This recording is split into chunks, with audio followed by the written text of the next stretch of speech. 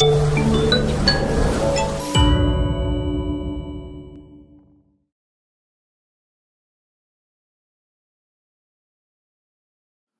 galera, dando então prosseguimento aos invertebrados, vamos ver agora anelídeos e artrópodes. Artrópodes, por sinal, é o maior de todos os grupos dos invertebrados, ok? A gente vai entender por quê. São mais de 1 milhão, só para vocês terem uma ideia. Entre insetos, crustáceos, somando tudo, são mais de 1 milhão de espécies, ok? O primeiro grupo são os anelídeos, que é um grupo de vermes também, mas em sua maioria não são parasitas. Os anelídeos, de forma geral, na sua maioria, não apresentam problema para o homem, muito pelo contrário. Alguns são importantes, inclusive, para o solo, por exemplo, como as minhocas. As minhocas são de grande importância para o solo, apesar do aspecto, às vezes, nojento, asqueroso, mas são completamente inofensivas para nós. Ok? Características dos anelídeos: corpo mole, cilíndrico, dividido em anéis, daí o nome anelídeos.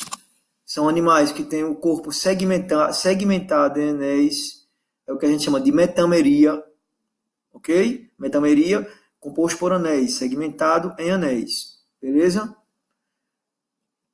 Apresenta mais de 15 mil espécies, assim, aí são números aproximados, porque a gente tem que lembrar que na biologia tem muitas espécies desconhecidas, né? A gente sempre discute isso em sala de aula. Imagine para um biólogo conhecer todas as espécies. Aí é quase impossível, né? Quase não, é impossível. Que podem ser encontradas desde a água doce, salgada e solo úmido. E na terra também. A minhoca. Só lembrar da minhoca. Os principais representantes dos anelídeos são as minhocas e as sanguessugas, que apesar do aspecto e da fama de serem as sanguessugas, no caso, de serem anelídeos malvados, entre aspas, mas muitos deles são usados até em terapias medicinais, para tratamento de hematomas, de vários tipos de problemas de saúde, são usados, porque eles sugam o sangue e ajudam na recuperação, certo? Eles são usados nesses tipos de terapia. Alguns médicos, alguns especialistas utilizam de terapia com sanguessugas. Mas aí, claro que não é de qualquer jeito. Chega lá e bota sanguessuga para sugar o sangue do povo, não. Também não é assim. Os anelídeos são animais triblásticos. Vamos lembrar dos 3 folhetos embrionários. Endoderme, ectoderme, mesoderme. Que nós vimos no primeiro ano. Celomados, que possuem a cavidade, o celoma. E com simetria bilateral. Você pode dividir em 2 partes, né? Como a gente viu na aula passada. Aula retrasada. Composto por anéis, a metameria, chamada metameria, apresenta o sistema digestório completo, ou seja, que vai da boca até o ânus. Os platelmintos não tinham. Lembram que a gente viu na aula passada? Os platelmintos não apresentavam sistema digestório completo. Ok?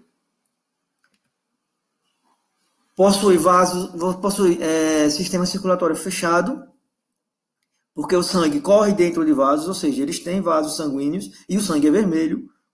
A curiosidade em relação aos anelídeos é justamente essa, a coloração vermelha do sangue, apresenta a coloração vermelha, justamente porque esses animais têm hemoglobina no sangue. A hemoglobina, como a gente viu no primeiro ano, é uma proteína que dá a cor vermelha ao sangue. Porém, tem um detalhe, eles não têm hemácias, não têm glóbulos vermelhos, como a gente tem. Beleza? Possuem sistema circulatório fechado, já comentamos agora. Reprodução dos anelídeos pode ser assexuada ou assexuada. Sexuada ou assexuada. Se é assexuada, como a gente já viu, não tem gametas. Sexuada envolve gametas. Com uma curiosidade, a maioria dos anelídeos são hermafroditas, ou seja, por exemplo, as minhocas e os sanguessugas são hermafroditas, ok? Possuem os 2 sexos, os 2 aparelhos reprodutores. A classificação dos anelídeos, a gente tem 3 grupos principais, ou pelo menos são os 3 grupos mais importantes, vamos dizer assim. Se existem outros, não são muito destacados, ok? Oligoquetas, poucas cerdas. Oligoquetas são animais, são anelídeos que têm poucas cerdas. É só lembrar da minhoca, que pode ser encontrada tanto em ambiente terrestre, úmido ou aquático. Mas elas gostam mesmo é do aquático, do terrestre, úmido. Certo? Quem fica mais no ambiente aquático são os poliquetas, os parentes, outros parentes das minhocas. Os hirudíneos não apresentam cerdas, vivem em meio aquático ou terrestre úmido também. E também são hermafroditas, como a gente falou ainda agora. Ok? A sanguessuga, um exemplo. Como eu até falei ainda agora, a sanguessuga é utilizada em alguns tratamentos de algumas doenças. Certo? Poliquetas, as cerdas são muito evidentes, grandes e numerosas. Ok? A nereida, que é um parente da minhoca, se assemelha muito com a minhoca, só que ela tem cerdas gigantes. Ok? E aqui a gente tem alguns exemplos. Ó. O sanguessuga, aqui na palma da mão desse cidadão ou dessa cidadã, e um grupo de minhocas no solo. O solo úmido e um grupo, várias minhocas aqui. Um detalhe que a gente tem que lembrar. As minhocas são importantes para a fertilização do solo. Vamos lembrar disso. Onde tem minhoca, o solo é fértil. Por isso que tem gente que cria minhocas. Artrópodes. O maior de todos. Em tamanho, em quantidade. Certo? Não diria que em importância, porque todos têm importância. Mas em quantidade é o que tem mais representantes. Provavelmente é o que tem mais representantes. Ok? Quais são as características dos artrópodes? Patas articuladas, exoesqueleto, e esse exoesqueleto dos artrópodes é formado por uma proteína que a gente viu, um polissacarídeo que a gente viu no ano passado, quando a gente estudou carboidratos. O nome desse polissacarídeo é quitina. Quitina, polissacarídeo. Quando a gente estudou carboidratos, a gente viu os polissacarídeos. Amido, vimos o amido, vimos a celulose, o glicogênio e a quitina. A quitina forma o exoesqueleto dos artrópodes. Ok? Quando a gente fala em exoesqueleto, lembre do caranguejo, a carapaça do caranguejo. É só a gente lembrar da carapaça do caranguejo, para ficar mais fácil. Certo? Carapaça do caranguejo, do camarão, da lagosta, enfim. Eles também têm segmentos e apêndices articulados, patas articuladas. Quase todo o corpo dele é articulado, tem grande facilidade de vários movimentos. Para frente, para trás, para o lado, para cima. Eles praticamente se mobilizam, são muito móveis. Para tudo que é direção e sentido. Eles conseguem com muita facilidade. Pelo menos a grande maioria deles, esmagadora. Certo? O nome artrópode já vem justamente dessa capacidade de locomoção. O que quer dizer artrópodes? Pés articulados, patas articuladas. Eles vão para tudo que é canto, na maior facilidade. Fazem curva, com exceção dos caranguejos, né? Os caranguejos não têm tanta locomoção como outros, não. Mas também têm grande capacidade de se locomover também. Alguns têm o corpo dividido em cefalotórax e abdômen, como é o caso dos crustáceos e dos insetos, quelicerado, aliás. Quelicerado é aracnídeo, perdão. Os insetos são os hexápodes, que a gente vai ver já. Quelicerados são os aracnídeos, que são os escorpiões e as aranhas. Certo? Então, cefalotórax e abdômen, ou seja, a cabeça e o tórax são juntos, não são separados, são colados. Lembra do caranguejo? Só lembrar do caranguejo. Do caranguejo, da própria aranha também. A cabeça da aranha é colada com o tórax, não é separado, não é como os insetos. Ok? E um detalhe, aí muita gente coloca a aranha como se fosse inseto. A aranha não é inseto. A aranha é aracnídeo. Escorpião também não é inseto. Certo? A nível de classificação biológica, eles não são insetos. Tem que saber, tem que lembrar disso. Porque vai que cai uma questão de Enem, você derrapa porque você marca que a aranha foi inseto. Perdeu a questão por uma bobagemzinha. O sistema digestório é completo, lembrando que toda vez que se falar que o sistema digestório é completo, é porque vai da boca até o ânus. Nem todos os animais têm da boca até o ânus, tem que lembrar disso. Com peças bucais, que podem ser mandíbulas, no caso de muitos insetos, quelíceras, no caso dos aracnídeos, por exemplo. Crustáceos também, todos eles, né? Adaptadas à alimentação, por isso que os insetos têm tanta variedade de insetos que se alimentam de tanta coisa diferente. Todo inseto se alimenta de sangue? Não. Tem insetos que se alimentam de frutas, tem insetos que se alimentam de outros insetos, e assim vai. Ok? O sistema circulatório é aberto, não tem vaso sanguíneo, não apresenta vaso sanguíneo, certo? Com o coração dorsal volto, tem coração, tem coração? Tem coração. Que bombeia a hemolinfa. A hemolinfa é um líquido semelhante com o sangue, ao sangue, mas não é bem o sangue, literalmente. O sistema respiratório. Nos crustáceos tem as brânquias, assim como os peixes, os crustáceos têm as brânquias também. Agora, os insetos já vão ter as traqueias. Nenhum tem pulmões. Observe que nenhum tem pulmão. Os aracnídeos, filotraqueias. Ou seja, a artrópode não vai apresentar pulmão. Se liguem nisso. Pulmão, quem vai apresentar já são os vertebrados. Certo? Nenhum invertebrado vai ter pulmão. O sistema nervoso é formado pelos gânglios cerebrais. O sistema excretor dos insetos, sobretudo dos insetos, é constituído pelos túbulos de Malpighi.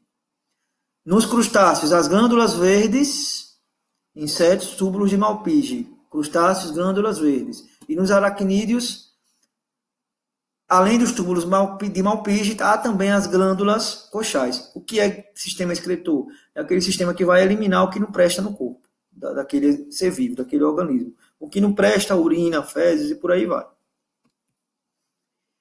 Classificação dos artrópodes. Os grupos basicamente são 4 grandes grupos que a gente vai ver agora aqui. Os hexápodes, que aí são os insetos, certo? Aracnídeos não entra aí, lembrem disso. Aracnídeo é quelicerado junto com... Aracnídeos são as aranhas e escorpiões, são quelicerados, ok? Olha, 900 mil espécies, veja, gente. Quase 1 milhão de espécies de insetos existem. Isso conhecidas, né? Fora as que não são conhecidas. 3 pares de patas, e é isso que distingue os insetos, e as asas também, é que vai distinguir os insetos dos aracnídeos. E aí nós temos a abelha, a mariposa, todos aqueles insetos que a gente conhece, que tem asas, 6 patas, e eu vou sair contando pata agora, mas logo à primeira vista a gente consegue identificar logo, é bem fácil. Você sair contando, não. Sai catando inseto para ir contar, não, porque também que é isso. Quelicerados, melhor dizendo. A classe dos aracnídeos é composta de animais com 4 pares de patas e sem antenas. Ou seja, outra característica dos quelicerados. Apresentam 4 pares de patas e não possuem antenas. É outra diferença dos quelicerados para os insetos. As aranhas, os escorpiões. Ok? Outra coisa também que eles têm, as aranhas e escorpiões. Tem as quelíceras e os palpos. Quelíceras são aquelas presazinhas que eles têm. A aranha mesmo, quando vai, geralmente, perfurar o alimento. Ela tem os palpos e as quelíceras, quando ela vai injetar o veneno ali. Certo? Um detalhe, nem toda aranha, toda aranha é venenosa, mas nem toda aranha, o veneno causa consequências graves para o ser humano. Por incrível que pareça, muita gente tem medo daquela famosa caranguejeira. Ela não é a pior. Para nós, aliás, era quase inofensiva para nós. As piores são as menores. Tem 3 aranhas que preocupam. A viúva negra, a aranha marrom e a famosa aranha armadeira. Essas 3 aí são as coisas brabas dos aracnídeos. Essas aí causam problemas sérios para a saúde humana. Pode até matar. Causam necrose de tecidos e pode até matar. A caranguejeira, o perigo maior dela é só a questão dos pelos. Certo? Muita gente tem medo, mas não é das piores, não. Os escorpiões também, que aqui no nosso estado é muito comum. Aquele escorpião amarelado, né, que causa muito pavor. E é para causar, porque ele não deixa de ter veneno. O ácaro, o carrapato, que muita gente acha que carrapato é inseto. Carrapato não é inseto. Carrapato é aracnídeo também. É quelicerado. Certo? Crustáceo. Aí é o mais fácil da gente entender. Porque quando a gente fala em crustáceo, É só a gente lembrar do caranguejo, da lagosta, do camarão, do gaiamum, das cracas. A craca é menos comum a gente encontrar ela aqui, porque ela lembra moluscos, lembra conchas, mas elas na verdade são crustáceos, certo? Muitos deles são usados na alimentação: caranguejo, lagosta, gaiamum, siri e por aí vai. Miriápodes tem 2 grandes grupos: o piolho de cobra, que é um diplópode, que é aquele bichinho que quando a gente toca ele se enrola todo, totalmente inofensivo também, ele se enrola só por defesa. O pessoal chama de piolho de cobra porque ele tem o formato, né, da cobra. E é chamado de embuá também, ele é um diplópode. E os quilópodes, a lacraia é mais conhecido. De forma geral, a lacraia também não causa problemas para a espécie humana, de forma geral. Pode causar dor local, mas ela pode matar animais menores, inclusive mamíferos, acredite se quiser. E aqui, para encerrar, a gente tem algumas imagens para situar o gaiamum, que é um crustáceo, escorpião, aracnídeo, para ilustrar e facilitar que vocês possam distinguir um grupo do outro. E para que eu tenho que saber isso? Até para entender ecologia, você tem que ter uma base disso aqui, no terceiro ano, quando a gente for estudar ecologia. Porque todos eles têm importância ecológica. Certo? Todos eles têm grande importância ecológica. E para encerrar, aquelas boas e velhas atividades de todas as aulas. Certo? Já com o novo capítulo, porque aracnídeo e anelídeo já entra no outro capítulo, que é esse agora. Vocês dão uma treinadazinha. E no plantão a gente discute um pouquinho sobre, sobre essa parte de artrópodes e aracnídeos. E também a parte das outras vermes, de artrópodes e anelídeos, e também das outras vermes que a gente viu na aula anterior, platelmintos e nematelmintos. Ok? Mesmo antes do plantão, se surgir alguma dúvida, é só chamar no Zap ou então no Google Sala de Aula, que a gente esclarece tranquilamente. Ok? Um abraço e até a próxima aula, quando a gente vai ver moluscos. Um abraço.